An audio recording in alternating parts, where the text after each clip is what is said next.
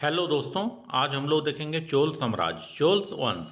जैसे कि देखिए, विजयालय, आदित्य प्रथम, परांतक प्रथम, गंडरादित्य, परांतक द्वितीय, सुंदर चोल, राज प्रथम, चूड़ामणि बिहार, राजेंद्र प्रथम, चोल झील का निर्माण, राजा धीराज प्रथम, राजेंद्र देव द्वितीय, वीर राजेंद्र से अधिराजेंद्र, चोल चालुक्य वंश की शुरुआत, मधुरांतिका कुलोत्तुंग प्रथम, मधुरांतिका का विवाह कुलोत्तुंग प्रथम के साथ हुआ।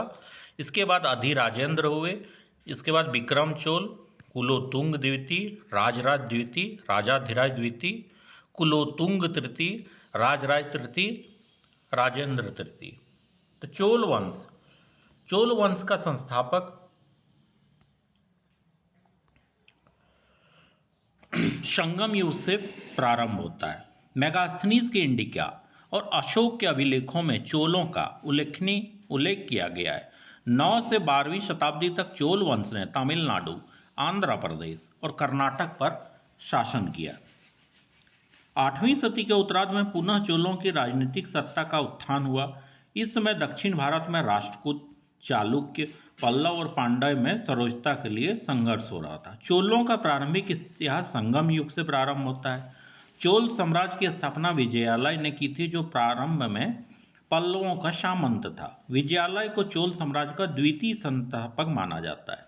विजयालय ने पांड्य शासकों से तंजौर को छीनकर उरेयूर के स्थान पर तंजौर को अपनी राजधानी बनाया। विजयालय ने नर केसरी की उपाधि धारण की थी। विजयालय का पुत्र का उत्तराधिकारी आदित्य प्रथम 875 से 907 में चोल सिंहासन पर बैठा।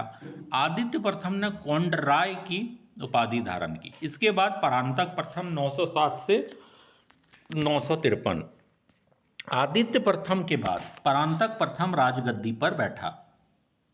इसके बाद परांतक प्रथम ने मदुरै कोंड की उपाधि धारण की।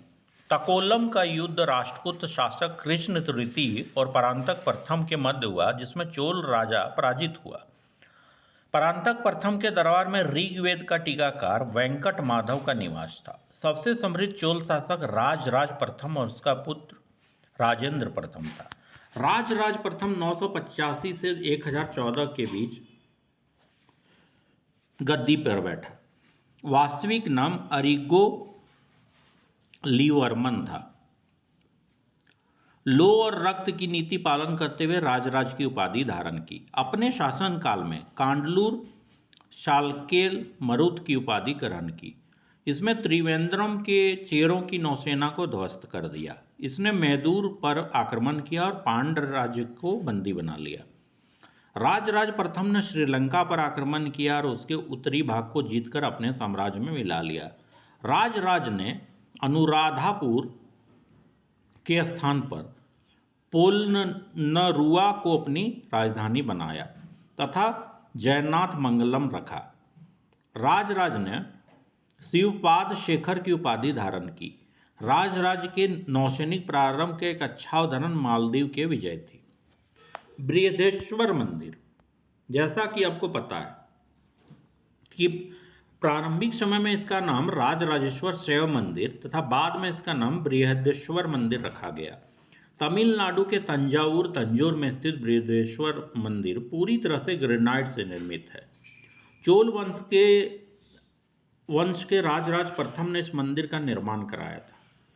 यह मंदिर उनके शासनकाल की गरिमा का श्रेष्ठ उदाहरण है। राज प्रथम ने शासनकाल में 1010 ईस्वी में यह मंदिर पूरी तरह से तैयार हुआ। इस मंदिर को यूनेस्को विश्व धरोहर में शामिल किया गया है। Thank you for watching.